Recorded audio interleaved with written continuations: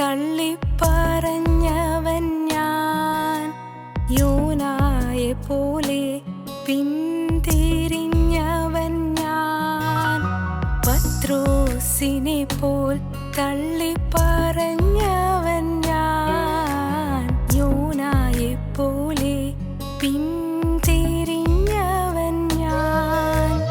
ഏലിയാവെ പോൽ വാടി തളർന്നവൻ ഞാൻ.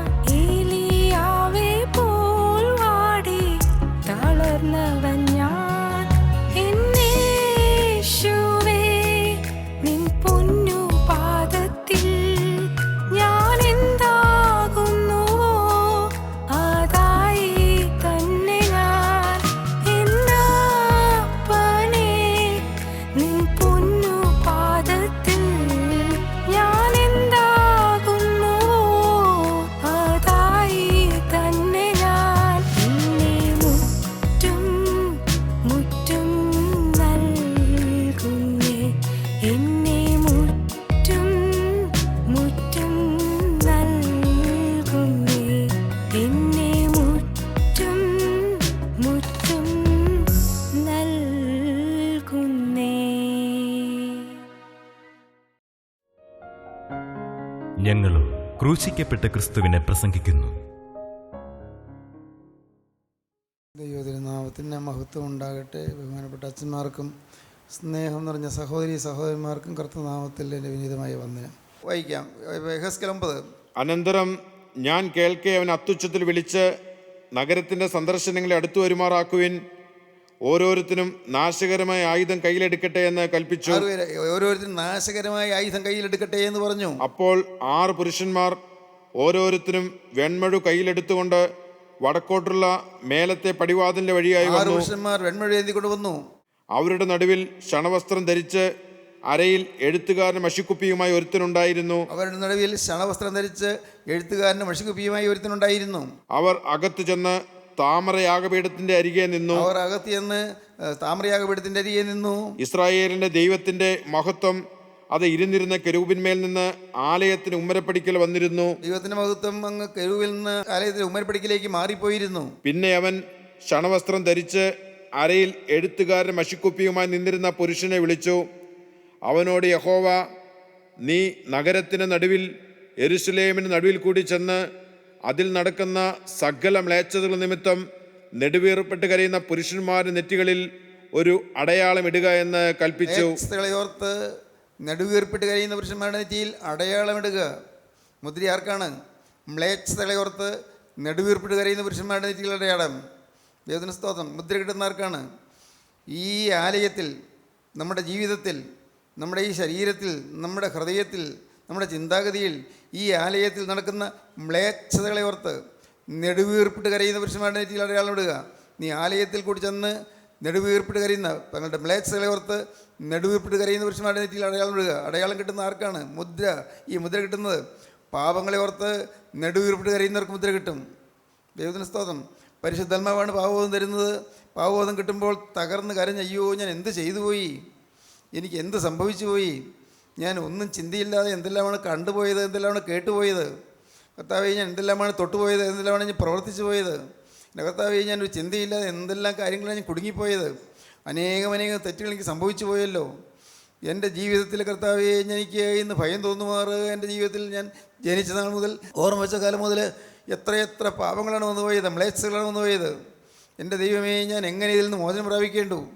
നെടുവീർപ്പിട്ട് കരയുക. അങ്ങനെ കരയുന്ന പുരുഷന്മാരുടെ നെറ്റിയിൽ അടയാളം ഇടുന്നു. എല്ലാവരും ഇല്ല. നെടുവീർപ്പിട്ട് കരയുന്ന പുരുഷന്മാരുടെ നെറ്റിയിൽ അടയാളം ഇടുക എന്ന് കൽപ്പിച്ചു.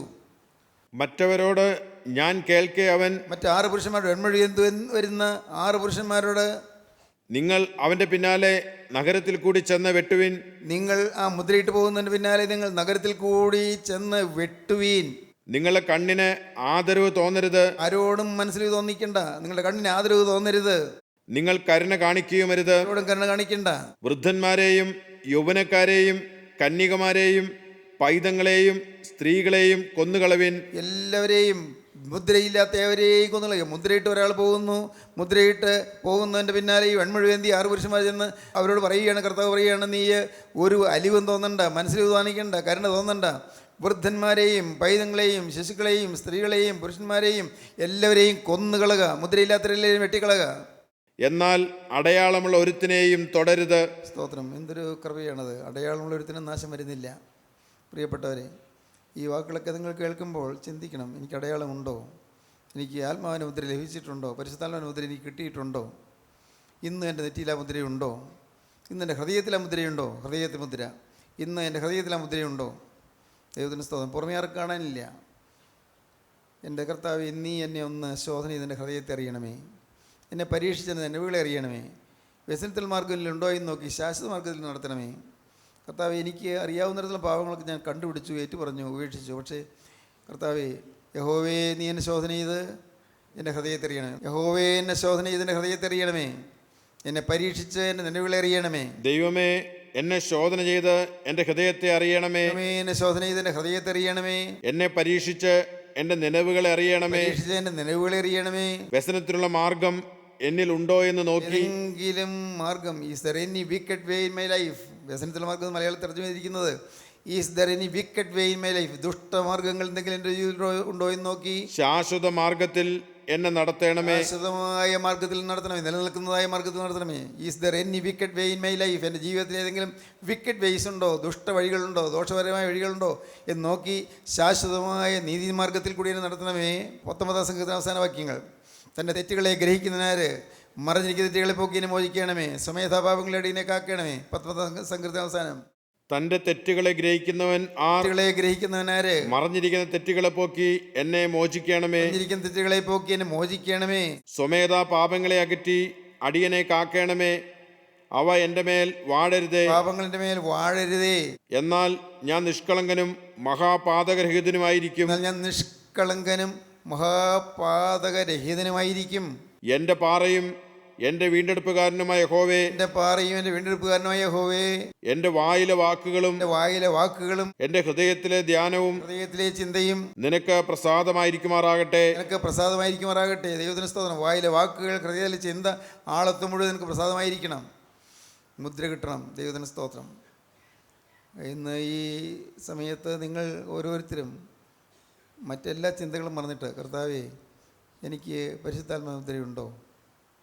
എൻ്റെ ജീവിതത്തിൽ ഞാൻ പാവങ്ങളെ ഓർത്ത്, മ്ലേച്ഛതകളെ ഓർത്ത് നടുവിൽപ്പെട്ട് ഞാൻ കരഞ്ഞിട്ടുണ്ടോ? എൻ്റെ ജീവിതത്തിൽ അങ്ങനെ ഒരു കരച്ചിലിൻ്റെ ജീവിതം ഒരു ദിവസം വന്നിട്ടുണ്ടോ? എന്തെങ്കിലും എൻ്റെ പാവത്തെക്കുറിച്ച് എനിക്ക് അനുതാപം വന്നിട്ടുണ്ടോ? കുറ്റബോധം കിട്ടിയിട്ടുണ്ടോ? മറ്റുള്ളവരുടെ കുറ്റം ഞാൻ കണ്ടു, പക്ഷേ എൻ്റെ കുറ്റം ഞാൻ ശരിക്കും കണ്ടിട്ടുണ്ടോ? മറ്റുള്ളവർ ഞാൻ അവരെ തിരുത്താൻ ഞാൻ ശ്രമിച്ചു, പക്ഷേ എൻ്റെ ജീവിതത്തിൽ തിരുത്താൻ എനിക്ക് തോന്നിയിട്ടുണ്ടോ? കർത്താവേ, കുടുംബത്തിൽ ഭാര്യയുടെ കുറ്റം ഞാൻ കണ്ടു, പക്ഷേ എൻ്റെ കുറ്റം ഞാൻ കാണുന്നുണ്ടോ? ഭർത്താവിൻ്റെ തെറ്റുകൾ ഞാൻ കാണുന്നുണ്ട്, പക്ഷേ എൻ്റെ തെറ്റ് ഞാൻ കാണുന്നുണ്ടോ? മക്കളെക്കുറിച്ച് പരാതി എനിക്കുണ്ട്, പക്ഷേ എൻ്റെ തെറ്റുകൾ ഞാൻ ഗ്രഹിക്കുന്നുണ്ടോ? ചിന്തിക്കുക, പ്രിയപ്പെട്ടവർ, ചിന്തിക്കുക. വളരെ പ്രായോഗികമായി ചിന്തിക്കുക. നമുക്ക് മനസ്സിലാക്കാം. മറ്റാരെയും കുറ്റം വിധിക്കാതെ, ആരെക്കുറിച്ചും ഒന്നും നിരൂപിക്കാതെ എന്നെ തന്നെ കാണുക, അവനെ തന്നെ കാണുക. ഓരോരുത്തർ അവനവനെ തന്നെ കാണുക. മറ്റാരുടെയും തിന്മ നോക്കരുത്, തിന്മ പറയരുത്. അവരുടെ നന്മ മാത്രം കാണുക. മറ്റെല്ലാവരുടെയും നന്മ മാത്രം കാണുക, അവരുടെ തിന്മ കാണരുത്. എൻ്റെ നന്മ കാണരുത്, എൻ്റെ തിന്മ മാത്രം കാണുക. സ്തോത്രം. നന്മ എനിക്കുണ്ടെന്ന് തോന്നിപ്പോയാൽ ഞാൻ അഹങ്കാരിയായി, അപകടമാണ്. എനിക്കെന്തെങ്കിലും നന്മയുണ്ടെന്ന് തോന്നിയാൽ അവിടെ അവകാശവാദമായി, ക്ലെയിമായി, തെറ്റാത്, സ്വയം നീതീകരണമായി, പാവമാണ്.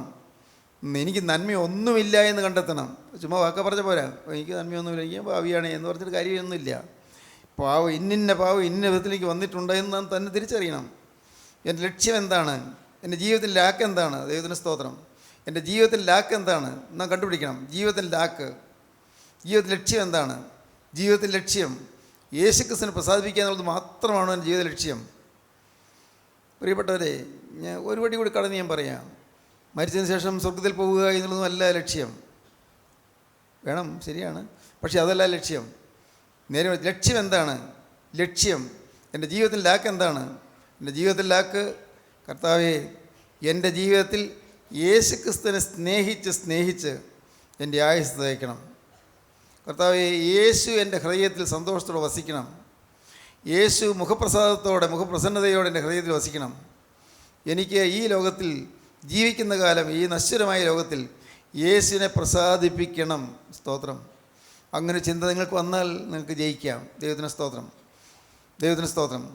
അങ്ങനെ ഒരു ചിന്ത വരണം, അപ്പോഴാണ് മുദ്ര കിട്ടുന്നത്. മുദ്ര കിട്ടുന്നു. ഇവിടെ നാം വായിക്കുന്ന എന്താണ്?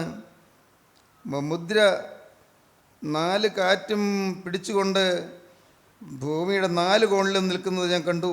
4 ദൂതന്മാർ ഭൂമിയിലെ 4 കാറ്റും പിടിച്ചുകൊണ്ട് ഭൂമിയുടെ 4 കോണിലും നിൽക്കുന്നത് ഞാൻ കണ്ടു. മറ്റൊരു ദൂതൻ ജീവനുള്ള ദൈവത്തിൻ്റെ മുദ്രയുമായി കയറുന്നതും കണ്ടു.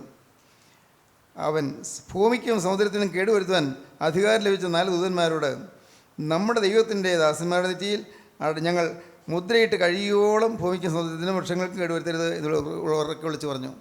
ഞങ്ങളത് മുദ്രയിട്ട് പോയിക്കൊള്ളട്ടെ, അത് കഴിഞ്ഞിട്ട് കേടുവരുത്തിയാൽ മതി. സ്തോത്രം. ദൈവം ദീർഘക്ഷമയോടെ കാത്തിരിക്കുകയാണ്.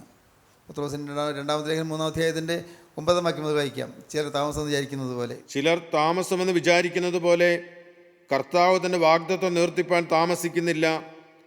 ആര് നശിച്ചു പോകാതെ എല്ലാവരും മാനസാന്തരപ്പെടുവാൻ അവൻ ഇച്ഛിച്ച് നിങ്ങളോട് ദീർഘക്ഷമ കാണിക്കുന്നതേയുള്ളൂ. ചിലർ താമസം എന്ന് വിചാരിക്കുന്നത് പോലെ കർത്താവ് താൻ മടങ്ങി വരുമെന്നുള്ളതായ തൻ്റെ വാഗ്ദത്തം നിവർത്തിപ്പാൻ താമസിക്കുന്നില്ല. പിന്നെ താമസിക്കുന്നതാണ്? ആരും നശിച്ചു പോകാതെ നിങ്ങളെല്ലാവരും രക്ഷ പ്രാപിക്കണം എന്ന് പറയും. ആരും നശിച്ചു പോകാതെ, ആരും നശിച്ചു പോകാതെ, ആരും നശിച്ചു പോകാതെ എല്ലാവരും മാനസാന്തരപ്പെടുവാൻ അവൻ ഇച്ഛിച്ച്, എല്ലാവരും മാനസാന്തരപ്പെടുവാൻ ഇച്ഛിച്ച് നിങ്ങളോട് ദീർഘക്ഷമ കാണിക്കുന്നതേയുള്ളൂ. നിങ്ങളോട് ദീർഘക്ഷമ കാണിക്കുന്നതേ ഉള്ളൂ. സ്തോത്രം. ആരും നശിച്ചു പോകരുന്ന കർത്താവ് ആഗ്രഹിക്കുന്നുണ്ട്. സമയം നീട്ടിക്കൊണ്ടിരിക്കുകയാണ്. കർത്താവിന് 2-ാമത്തെ വരെയുള്ളതായ സമയം നീട്ടിക്കൊണ്ടിരിക്കുകയാണ്. മുദ്രയിട്ട് കഴിയോളം സമയം നീട്ടിക്കൊണ്ടിരിക്കുകയാണ്. മുദ്ര നൽകിക്കൊണ്ടിരിക്കുകയാണ്. ദൈവത്തിന് സ്തോത്രം. പുതിയതായി വരുന്നതായ ആളുകൾക്ക് പെട്ടെന്ന് മുദ്ര കിട്ടുന്നു, എന്നാൽ പഴയ ആളുകളുടെ മുദ്രകൾ മാഞ്ഞു പോകുന്നു. സങ്കടകരമായ കാര്യമാണ്. പുതുതായി വരുന്നവർക്ക് മുദ്ര കിട്ടുന്നു. പുതുതായി വരുന്നവർ വിശ്വാസത്തോടെ വരുന്നു. അവർക്ക് ആത്മാവിന് വിശ്വാസമുണ്ട്. ആത്മാവിനെക്കുറിച്ചൊരു ഭയവും വിറയലുമുണ്ട്. അവർക്ക് പെട്ടെന്ന് മുദ്ര കിട്ടുന്നു. അവർക്ക് നിങ്ങളുടെ പാവത്തെക്കുറിച്ച് ഓർമ്മ വരുന്നു, പാവത്തെക്കുറിച്ച് അനുഭവിക്കുന്നു. അവർക്കൊരു തകർച്ച കിട്ടുന്നു. അതുകൊണ്ട് അവർക്ക് പെട്ടെന്ന് മുദ്ര കിട്ടിപ്പോകുന്നു. എന്നാൽ മുമ്പന്മാർ പിമ്പന്മാരും പിമ്പന്മാർ മുമ്പന്മാരുമാകുന്നു. മുമ്പന്മാരായിരുന്നവർ അവർ പരയിലോട്ട് മാറിപ്പോകുന്നു. ഇന്ന് അവർ കുറ്റബോധം കിട്ടുന്നില്ല. എത്ര വചനം കേട്ടാലും ഉള്ളു തകരുന്നില്ല, ഹൃദയത്തിലേശുന്നില്ല. വചനം കേട്ടിട്ടും ഉള്ളു തകരുന്നില്ല, ഉള്ളിൽ വിറയിൽ വരുന്നില്ല, ഹൃദയം വിറയ്ക്കുന്നില്ല, മനസ്സ് പേടിക്കുന്നില്ല. വെറും പേടിയല്ല, ഭയവും വിറയലും വരുന്നില്ല. കാരണം കേട്ട് തറപ്പിച്ചു പോയി. വചനം കേട്ട് അവിടെ മരവിച്ചു പോയി. വചനം ഉള്ളത്തേക്ക് കടക്കാതെ കൊണ്ട് മരവിച്ച് കിടക്കുകയാണ്. അതുകൊണ്ടാണ് മരവിച്ചിരിക്കുന്നു. പ്രിയപ്പെട്ടവരെ, ആത്മാവിനായ പാപങ്ങൾ പലതും വന്നുകൊണ്ടാണ് ഈ മരവിപ്പ് വരുന്നത്. വചനം കേട്ട് വന്നപ്പോൾ ചില വചനങ്ങളെക്കുറിച്ച് ചില ചിന്തകൾ വരുന്നു. വചനം പറയുന്നതിനെക്കുറിച്ച് ചില ചിന്തകൾ വരുന്നു. അപ്പോൾ ആത്മാവ് മരവിച്ചു പോകുന്നു. അതുവരെ അറിയുന്നില്ല. വചനം പറയുന്നതിനെക്കുറിച്ച് ചില നിരൂപണങ്ങളോ കുറ്റപ്പെടുത്തലുകളോ വരുന്നു. ആരെങ്കിലും എന്തെങ്കിലും പറഞ്ഞത് പെട്ടെന്ന് ഓർമ്മയിലേക്ക് വരുന്നു. അത് വരുമ്പോഴേക്കും കിട്ടിയ വചനമെല്ലാം മുഴുവൻ നഷ്ടപ്പെട്ടു പോകുന്നു. അതോടൊപ്പം ഹൃദയത്തിന് തകർച്ച നഷ്ടപ്പെട്ടു പോകുന്നു. ഹൃദയം തകരുന്നില്ല. അതുകൊണ്ട് ഒരു സമയത്ത് വന്നുകൊണ്ടിരുന്നവർക്ക് അവർക്ക് തകർച്ച കിട്ടിയിരുന്നവരാണ്. പക്ഷേ ഇപ്പോൾ തകർച്ച കിട്ടുന്നില്ല, ഉള്ളു തകരുന്നില്ല, തകർന്നുമായ ഹൃദയം കിട്ടുന്നില്ല. കേട്ട് തഴമ്പിച്ചു പോയി, മടുത്തുപോയി. വചനം കേട്ട് തഴമ്പിച്ചു പോയി. ദൈവത്തിന് സ്തോത്രം. എന്നാൽ ഇപ്പോഴെങ്കിലും നിങ്ങൾ പൂർണ്ണ ഹൃദയത്തോടും വിലാപത്തോടും കരച്ചിലോടും കൂടി നിങ്ങൾ എങ്കിലേക്ക് തിരിവീനെന്ന് യഹോവ അരുളി ചെയ്യുന്നു.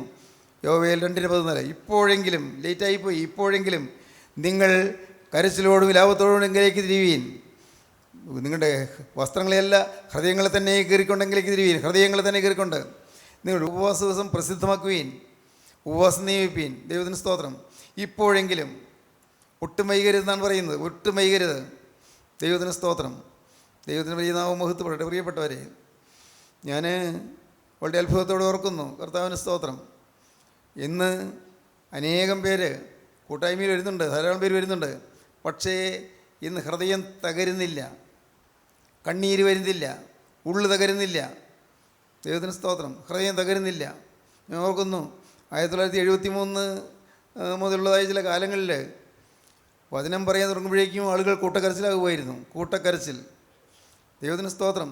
ഞാൻ ഓർക്കുന്നു 1973 ശേഷം ആ കാലങ്ങളിലെ വൽമൂർ പള്ളിയിലാണ് അന്ന് ധ്യാനയോഗം നടക്കുന്നത്. 2ാം ശനിയാഴ്ച യോഗം വൽമൂർ പള്ളിയിലാണ് നടക്കുന്നത്. പിന്നീട് കക്ഷി വഴക്കൊക്കെ ഉണ്ടായപ്പോഴാണ് അതിലൊന്നും പെടണ്ടെന്ന് വിചാരിച്ച് ഞങ്ങൾ ഇങ്ങോട്ട് മാറിയത്. ദൈവത്തിന് സ്തോത്രം. പള്ളിയിൽ നടത്തിക്കൊണ്ടിരുന്ന സമയത്ത് ഞാൻ ഈ കുരിശ് അങ്ങ് കഴിയുമ്പോഴേക്കും എൻ്റെ ഉള്ളിൽ അങ്ങ് തകർച്ച തുടങ്ങും. ഉള്ളങ്ങ് തകർന്ന് അങ്ങ് അലിയാൻ തുടങ്ങും. പള്ളിയുടെ ഗേറ്റ് കിടക്കുമ്പോഴേക്കും ഞാനിതാണ്ട് കരഞ്ഞതുപോലാകും. ഒരു പ്രത്യേക ശക്തിയിലാണ് പിന്നെ കടന്നു ചെല്ലുന്നത്. സ്കൂട്ടർ ഒരു ഭാഗത്തേക്ക് ഒതുക്കി വെച്ചിട്ട് ഓടി ഞാൻ അകത്തേക്ക് പള്ളിക്കത്തേക്ക് ചെല്ലുകയാണ്. അവിടെ തീ കത്തിക്കൊണ്ടിരിക്കുകയാണ്, ആത്മാവിന് തീ കത്തിക്കൊണ്ടിരിക്കുന്നു. ദൈവത്തിന് സ്തോത്രം. എൻ്റെ കർത്താവേ, ദൈവത്തിന് സ്തോത്രം. ഞാൻ ഇന്ന് ആത്മാർത്ഥമായി ആഗ്രഹിക്കുന്നു, കർത്താവേ, അന്നത്തെ പോലൊരു നല്ല കാലം ഞങ്ങൾക്ക് തരണമേ. യഹോവേ, ആണ്ടുകൾ കഴിയും മുമ്പേ ഇതിൻ്റെ പ്രവൃത്തിയെ ജീവിപ്പിക്കണമേ. പണ്ടത്തെ പോലൊരു നല്ല കാലം ഞങ്ങൾക്ക് തരണമേ. ഹൃദയം തകർന്നാണ് അന്ന് പോയിരിക്കുന്നത്. ഞാൻ മാത്രമല്ല, വന്ന എല്ലാ ആളുകളും. ദൈവത്തിന് സ്തോത്രം. അന്ന് പ്രാർത്ഥനാ വീരന്മാരായിരുന്നു ദൈവമക്കൾ, പ്രാർത്ഥനാ വീരന്മാർ. ദൈവത്തിന് സ്തോത്രം. പ്രാർത്ഥനയിൽ തൽപരരായിരുന്നു. ഇരിക്കുമ്പോഴും നടക്കുമ്പോഴും കിടക്കുമ്പോഴും യാത്ര ചെയ്യുമ്പോഴും ജോലി ചെയ്യുമ്പോഴും എല്ലാം പ്രാർത്ഥന, ഉള്ളിൽ പ്രാർത്ഥന, ഹൃദയം നിറഞ്ഞു നിൽക്കുകയായിരുന്നു. ദൈവത്തിന് സ്തോത്രം. അന്ന് ഞാൻ ഓർക്കുന്നു, കോളേജിൽ ഞാൻ ക്ലാസ് എടുത്തുകൊണ്ടിരിക്കുമ്പോഴെല്ലാം ഞാൻ ആത്മാവിലാണ് ക്ലാസ് എടുത്തുകൊണ്ടിരിക്കുമ്പോൾ. കുട്ടികൾക്കൊന്നും പാവം അവർക്ക് മനസ്സിലാവില്ല, പക്ഷേ ഞാൻ ആത്മാവിലാണ്. ഞാൻ ഗൗരവമേറിയ കാര്യങ്ങളൊക്കെയാണ് പറയുന്നത്. സാഹിത്യ സംബന്ധമായ കാര്യങ്ങൾ ഞാൻ ക്ലാസ്സിൽ പറയുമ്പോഴും അപ്പോഴെല്ലാം എൻ്റെ ഹൃദയം ആത്മാവിലാണ്, ആത്മാവിൽ നിറഞ്ഞു നിൽക്കുകയാണ്. ആത്മനിറവിലങ്ങ് ഞാനങ്ങനെ വാദവരാതെ പറഞ്ഞുകൊണ്ടിരിക്കുകയായിരുന്നു. ദൈവത്തിന് സ്തോത്രം. ദൈവത്തിന് വലിയ നാമം മഹത്വപ്പെടട്ടെ. ഞാൻ ദൈവത്തെ സ്തുതിക്കുന്നു. ദൈവത്തിന് സ്തോത്രം. ഇന്ന് ഈ കാലയളവിൽ ആ ഒരു തകർച്ച കിട്ടിയിരുന്നെങ്കിൽ, ഇന്ന് ഈ കാലയളവിൽ അന്നത്തെ ആ പാവബോധം കിട്ടിയിരുന്നെങ്കിൽ തകരുക. കർത്താവേ, എനിക്ക് മുദ്ര തരണമേ, നിങ്ങൾ പ്രാർത്ഥിക്കൂ. കർത്താവേ, എൻ്റെ മ്ലേച്ഛതകൾ ഞാൻ ഉപേക്ഷിക്കുന്നു, പ്രാർത്ഥിക്കൂ. എൻ്റെ ജീവിതത്തിൽ നിന്ന് പോയ പാപങ്ങളെല്ലാം ഞാൻ ഉപേക്ഷിക്കുന്നു, പ്രാർത്ഥിക്കൂ. എൻ്റെ കർത്താവേ, എൻ്റെ ജീവിതത്തിൽ നിന്ന് പോയ തെറ്റുകളുടെ എന്നോട് ക്ഷമിക്കണമേ, പ്രാർത്ഥിക്കൂ. എൻ്റെ കരുണയുള്ള കർത്താവേ, വന്നുപോയ തെറ്റുകൾ അതിനെക്കുറിച്ചുള്ള അനുതാപം എനിക്ക് തരണമേ, ഹൃദയം തകരണമേ. ഇന്ന് പരസ്പരം ഈർഷ്യയിൽ കഴിയുന്നവരുണ്ട്. പരസ്പര ഈർഷ്യയിൽ പുറമേ ഉണ്ടോ? പുറമേ വഴക്കൊന്നുമില്ല. ആര് ചോദിച്ചാൽ ഇല്ല, വഴക്കൊന്നുമില്ല. പക്ഷേ ഉള്ളിൽ ചില നീരസങ്ങൾ ഇരിക്കുന്നു.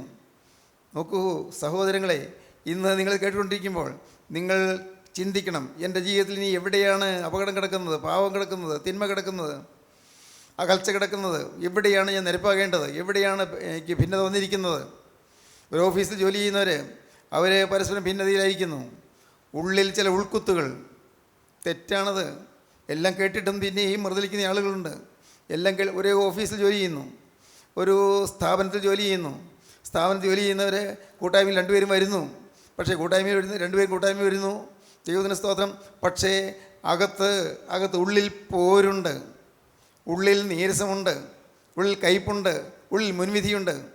മക്കളെ, നല്ലതല്ല. അതിവേഗം മാറ്റിക്കൊള്ളുക, അതിവേഗം മാറ്റിക്കൊള്ളുക. എല്ലാവരെയും ബഹുമാനിക്കുക. നമ്മുടെ നീതിയൊന്നും ദൈവത്തിന് ചിലവാകുകയില്ല, ദൈവം അംഗീകരിക്കുകയില്ല. നമുക്ക് ലോകപ്രകാരം പലതും ചിന്തിക്കാൻ പറ്റും, നീതിയോടെ ചിന്തിക്കാൻ പറ്റും. നമ്മുടെ നീതി ദൈവസനിൽ നീതിക്കപ്പെടുകയില്ല. എല്ലാം മറന്ന് എല്ലാം വിട്ട് യഥാർത്ഥമായ നിഷ്കളങ്കമായ സ്നേഹം പകരുക. നിഷ്കളങ്കമായ സ്നേഹം. ഭാര്യയും ഭർത്താവും തമ്മിൽ നിഷ്കളങ്കമായ സ്നേഹമാണോ? കൂട്ടായ്മയിൽ വരുന്നുണ്ട്. അപ്പനും മോനും തമ്മിൽ നിഷ്കളങ്കമായ സ്നേഹമാണോ? കൂട്ടായ്മയിൽ വരുന്നുണ്ട്. ആണോ? അല്ലല്ലോ. പല വീടുകളിലും അല്ല, പല കുടുംബങ്ങളിലും അല്ല. ദൈവത്തിന് സ്തോത്രം. പ്രിയപ്പെട്ടവരെ, ഞാൻ വളരെ ഭയത്തോടെ പറയുകയാണ്, അപ്പനും വരും മോനും വരും കൂട്ടായ്മയിൽ. അപ്പന് മോനെ ഇഷ്ടമല്ല, അപ്പന് മോനെ ഭയങ്കര ദേഷ്യമാണ്.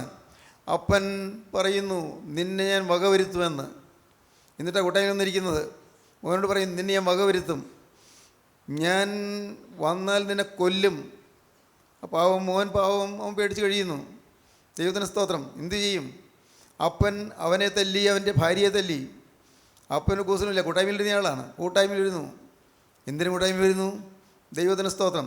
കൂട്ടായ്മയിൽ വരുന്നു, ദൈവത്തിന് വചനം കേൾക്കുന്നു. പേടിയില്ല. എവിടെ കൊണ്ട് അവസാനിക്കുന്നില്ല.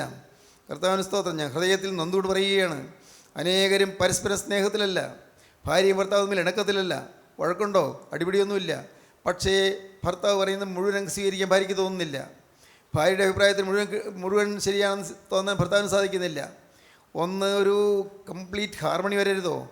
ഒരു കൂറിണക്കം വരരുതോ? കൂറിണക്കം അത് നമ്മുടെ കുടുംബങ്ങളിൽ വരരുതോ?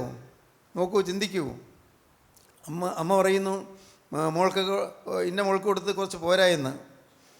അപ്പൻ പറയുന്നു, അല്ല, കൊടുക്കേണ്ടതൊക്കെ കൊടുത്തതാണ് കെട്ടിച്ചു വിട്ടത്. അപ്പനും അമ്മയും തമ്മിൽ ഉള്ളിലൊരു ചെറിയ കിറുകിറുപ്പ്. വലുതൊന്നുമല്ല, ലോകപ്രകാരം നോക്കിയാലേ അപകടമൊന്നുമല്ല, പക്ഷേ കിറുകിറുപ്പുകൾ. ഇതെല്ലാം അപകടമാണ്. വേഗം നിങ്ങൾ നേരായിക്കൊള്ളുക. വേഗം മുദ്ര വേണമേ, മറക്കല്ലേ, മുദ്ര വേണമേ. മുദ്രയില്ലെങ്കിൽ അപകടമാണ്.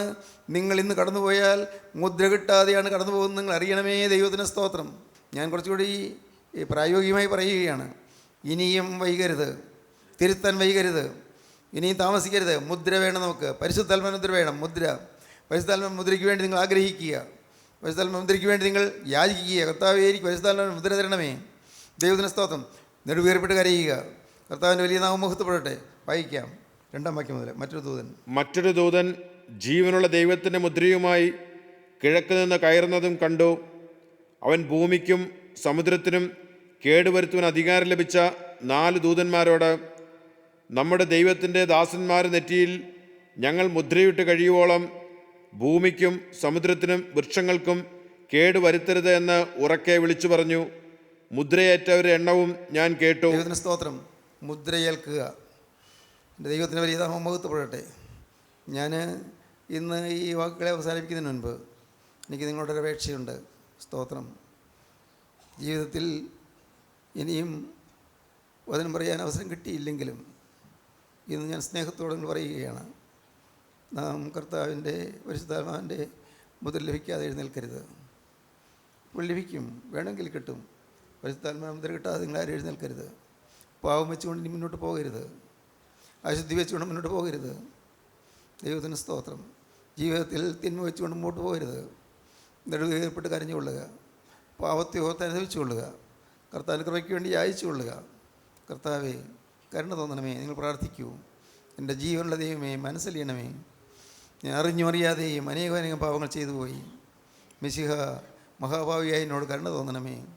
എൻ്റെ ഹൃദയത്തിൽ ഇന്നും കളങ്കമുണ്ട് കർത്താവേ. ഹൃദയത്തിൽ ഇന്നും വിഷമുണ്ട് കർത്താവേ. ഹൃദയത്തിൽ നിന്നും തിന്മയുണ്ട് കർത്താവേ. ഹൃദയത്തിൽ നിന്നും വൈരാഗ്യമുണ്ട് കർത്താവേ. ഹൃദയത്തിൽ നിന്ന് നിറയെ അശുദ്ധിയുണ്ട് കർത്താവേ. അശുദ്ധ വികാരങ്ങളാണ് വരുന്നത്. അശുദ്ധ ചിന്തകളാണ് വരുന്നത്. മ്ലേച്ഛ മോഹങ്ങളാണ് വരുന്നത് കർത്താവേ. ദ്രവ്യാഗ്രഹം, അഹങ്കാരം. കർത്താവേ, എനിക്ക് സ്വയം ചെയ്തു തീർക്കാൻ കഴിയുമെന്നുള്ളതായ വ്യർത്ഥമായ ധൈര്യം. എൻ്റെ കർത്താവേ, എനിക്ക് അറിവുണ്ടായെന്നുള്ള ധൈര്യം. എൻ്റെ കർത്താവേ, എനിക്കെല്ലാം ആത്മീയം അറിയാമെന്നുള്ള ധൈര്യം എല്ലാം താഴെ വയ്ക്കുക. നിങ്ങളുടെ കയ്യിലുള്ളതെല്ലാം താഴെ വയ്ക്കുക. കുരിശിൻ്റെ ചോട്ടിലേക്ക് വയ്ക്കുക. ദൈവത്തിന് സ്തോത്രം. കുരിശിൽ നിന്ന് ഒഴുകി വരുന്ന തിരുരക്തം നിങ്ങളുടെ പാപങ്ങളെല്ലാം കത്തിച്ച് കളയട്ടെ. ദൈവത്തിന് സ്തോത്രം. യേശു ക്രിസ്തുവിൻ്റെ തിരുവിലാകുന്ന ഒഴുകി വരുന്ന തിരുരക്തം നിങ്ങളുടെ പാപങ്ങളെല്ലാം കത്തിച്ച് കളയട്ടെ. പാപങ്ങളെല്ലാം കത്തിപ്പോകട്ടെ. ദൈവത്തിന് സ്തോത്രം. നിങ്ങളുടെ ബന്ധനങ്ങളെല്ലാം കത്തിപ്പോകട്ടെ.